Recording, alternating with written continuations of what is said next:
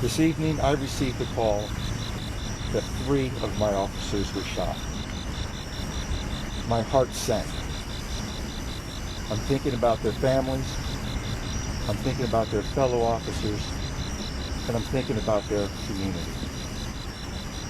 This evening, at approximately 6:34 p.m., officers were dispatched to the 1300 block of Capital View Terrace for a home invasion.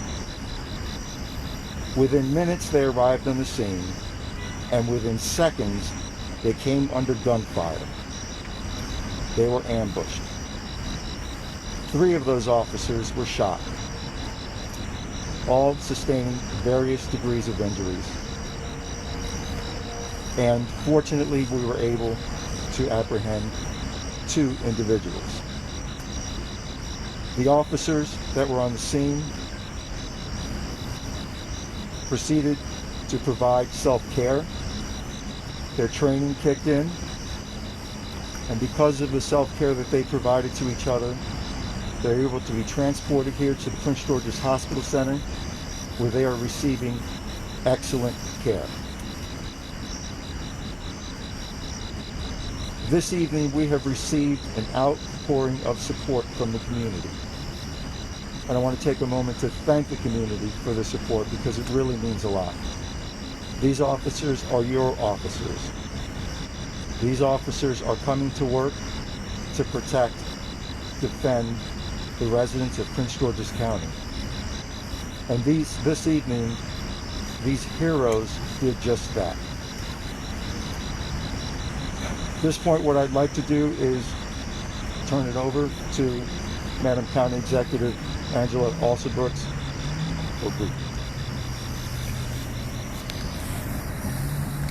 Well, as you heard the chief say, this is the call you hope you never get. And we were just so shaken tonight to have gotten the call that 3 of our officers had been shot. And there's no way to express properly the heroicism that was involved here tonight.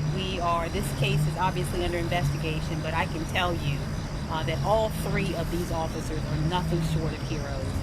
And so we are so grateful to them. They ran toward danger tonight. I've had an opportunity to meet with the 3 officers.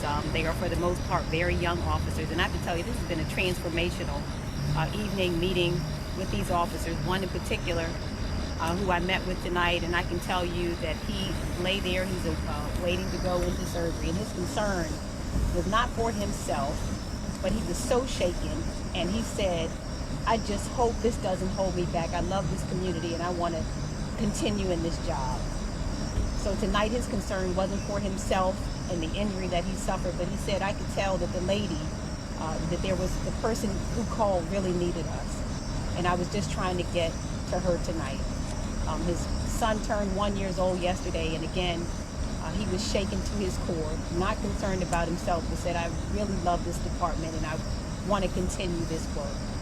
So this is the manner of officer we have here, and you know, we are so grateful for them, and want to thank the other officers who rendered aid to them, who jumped right into action to provide aid, and also want to thank the fire department that responded right away and were able to get them here so that they could get the care that they deserve and they need. And so I want to ask our community tonight to keep all of these officers in your prayers.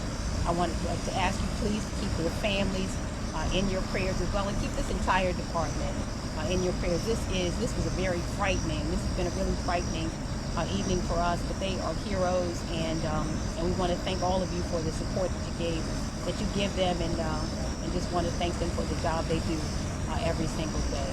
So I'm going to turn it over. I don't know what the Chief Green would like to say a few words. Good evening, Chief Green, Fire Department. Again, as already been said, this could have been tragic. So we're grateful for the outcome. Our units from our department responded in support of the Prince George's County Police Department. We stand here with them today, and then whatever they need, we're going to always be here. All right, with that, we'll be able to take some questions. Please keep in mind, this is an early investigation. Chief, could you talk about the conditions of the officers? Are they going to be okay? Yes, they're going to be fine. As Madam Alsabrook stated, they are in good spirits. They are concerned about each other. They expressed concern for the person that they were responding to their call for service. They're thinking about one another. They're thinking about their squad mates, and they're thinking about coming back to work. Chief, can you just elaborate on what the injuries are? At this point, they've suffered various degrees of injuries. Can you describe maybe the worst, or? So one was struck in the chest. Vest saved him. Second was in the back. Vest saved him. The officer that was struck in the chest also sustained an injury to his arm and leg, and another officer sustained an injury to his foot. You described this as an ambush. Was there an actual legitimate call for help from somebody, or was that part of? Yes, there was. It was an actual legitimate call for service. Yes. Can you elaborate on that initial call? Were the suspects that shot at the police officers, were they the suspects for that initial home invasion? That is all under investigation at this point in time. And you have to understand that this investigation is going to go on for a while. We've got a lot of things that we need to do to ensure that evidence is collected and that the facts and the data that we collect support what occurred this evening. You have 2 in custody. Do you have any more outstanding that you're looking for? Again, that is currently under investigation. Can you say anything about the individuals who are under arrest and they've been charged, what ages they are? anything like that? Again, we're within hours of this occurring, so we're in the process of looking into that. Do you know if the suspects are adult at least? I can't comment on the age. Anyone else sustain injuries besides the officers? No, just 3 officers. When you say if the shooting took place, was it outside or had they made entry into like an apartment?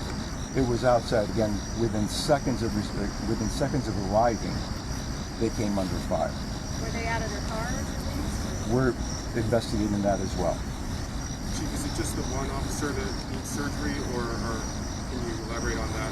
The county executive said one officer was waiting for surgery. Do the other 2 also need surgery?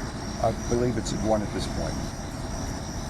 But 2 were saved by the vest that they were wearing. Yes. Okay, if there are no further questions, thank you all.